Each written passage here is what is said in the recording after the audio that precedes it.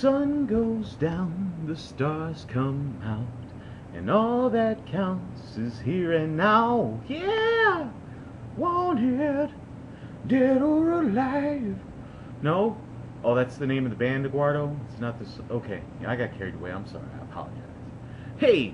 Well, this is for the October 29th fight between Carl Froch and Andre Ward. And this is the prediction vid, and wanted to get these big fights out of the way, as I've said earlier, so I can try to get to the smaller fights later on down the line. Not that all the fights are small, any fight's as big as it could possibly be, especially for the fighters.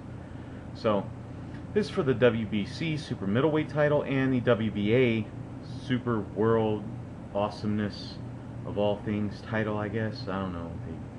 They say, how can we make it bigger? We'll put another word in front of it and it'll be awesome. It's just a title, man. Either you're the champ or you're not the champ. You know, that's basically what it is. I don't care what the writing is afterward, unless it's recognized as a champ. Am I going on a tangent again, Eduardo? I'm going off, ain't I? That's like a question of the week thing, isn't it? Okay. Anyway, I'll start off, I'll break down the fighters, and then I'll give my prediction at the end. Start off with Carl Froch, who's at 34 years old, and he's at his absolute peak. He's 28-1 and 0 with 20 knockouts, and he's got the power. We know he has the chin. He looked absolutely, I would say, very, very good against Glenn Johnson and Arthur Abraham.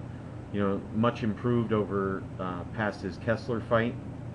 We know he's turning a corner in his fighting style. He's actually boxing more now instead of being that freakish warrior mentality, which was good to see that, you know, in the Johnson fight. The fact that he didn't get suckered into throwing and into banging with Johnson and fighting his fight. He kind of stayed outside and showed you that he can use the angles, punch from odd angles. You know, he dominated Abraham, I thought, better than Ward did. I can't remember the last time someone did what he did to Johnson. You'd probably have to go all the way back to Bernard Hopkins, when Hopkins actually stopped him, or, you know, like a Vanderpool or a Heron, you know, to see something like that happen, and that was a long, long time ago. Again, you can't talk about his amazing chin enough, because he gets hit very solid and doesn't really get phased too much from that at all. The awkward style with the tough angles. I still think he will struggle with the boxer, because Abraham and Johnson are not boxers. They're not movement people. You know, they're pretty much tailor-made, straight in front. This is what you're getting.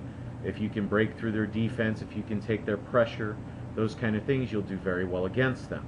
If you notice, the losses that those guys have are to boxers, not to people that stand right there and bang with them. He has the footwork. It looks much improved from his last couple fights. He has a pounding jab. He throws the combos, and he's always evolving. It appears he's willing to adapt to win. His corner comes in with a game plan, and he executes it, and he stays with it completely. So you have to love what he's doing.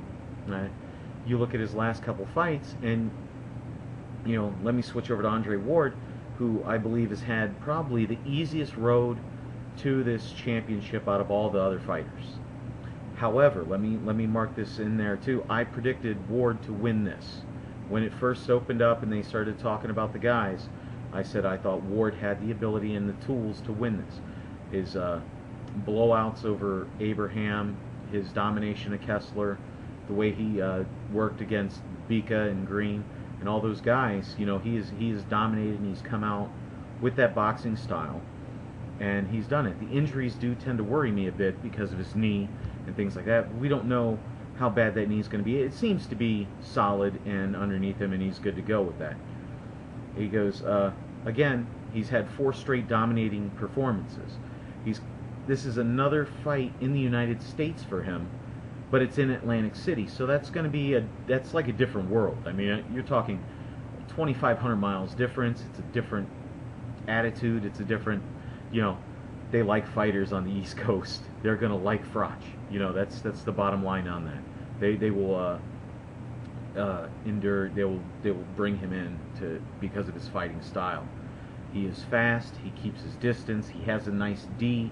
He throws the combos. He uses the angles and the combos as well. He's a very good fighter. He's a very possibly even on the verge of great fighter in his prime. He's 27 years old.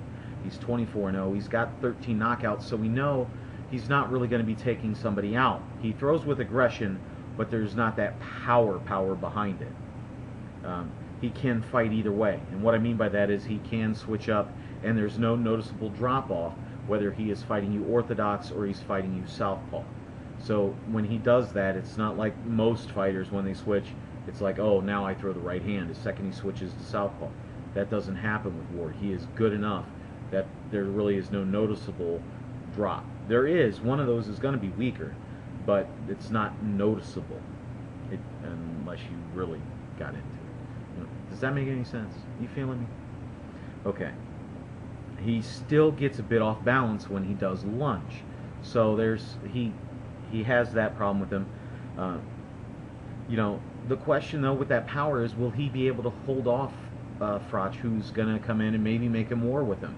Because I believe Froch is far more battle tested than Ward is. But now, is that because Ward makes his fights the way they are? Kind of like a Mayweather. Mayweather has went through some battles, he has. But lately, instead of going through the battle, he just beats you up from a distance and doesn't get involved in that physicality of it. Can he do that? I mean, Froch against Johnson, that was, like it or not, Froch went in, did his thing, and was able to win that war against Johnson, almost doing that. So, I mean, and in this, Ward is the smaller fighter. He's shorter, and he has a shorter reach by 4 inches. So that's going to play into effect too, because in order to get in there to hit somebody, you got to get in within his range, and we'll see if Froch can counter or come in on those and do that. Because Froch does have good timing, and he does throw with aggression, and he does have the power, to really hurt somebody. Looking at this, I see it as going into Ward, and I think it's going to be a very close fight. And if there is a knockout in this, it's not going to be by Ward, even though Ward did hurt Kessler and had him hurt pretty bad in that fight. And now I'm not just talking about the flying headbutts and stuff like that. I'm talking legitimately had Kessler hurt. And if there is a knockout in the fight, though, I believe it would be Froch with a late KO, like a 12th round, like a la Jermaine Taylor, because Ward won't. He can be lured into that banging, that war at the end. He's had fights won, and yet he will still engage in that 12th round as opposed to playing it safe and not getting hit. So there's a lot of questions in there as to whether or not that could happen. I'm not ruling that out, but I think Ward will win, and it'll be close. It could be like a majority decision with that, because if you like Froch's style, and I think Froch is going to pose a lot of problems for Ward, but I think because Ward is a boxer, a legit boxer, that is Froch's weakness, not somebody that's flat-footed, somebody that actually moves and poses him problems. He had problems with Durrell, and I believe he's going to have more problems with Ward. So I think it'll be a similar fight like the one with Kessler, yet Froch will definitely is more game than Kessler, in my opinion. Okay? Well, there you go. There's the prediction. Please comment, rate, subscribe, be my friend, be Eduardo's friend. Let's all just get along, be friends. All right? Hey, this is Bigragu. I'm out.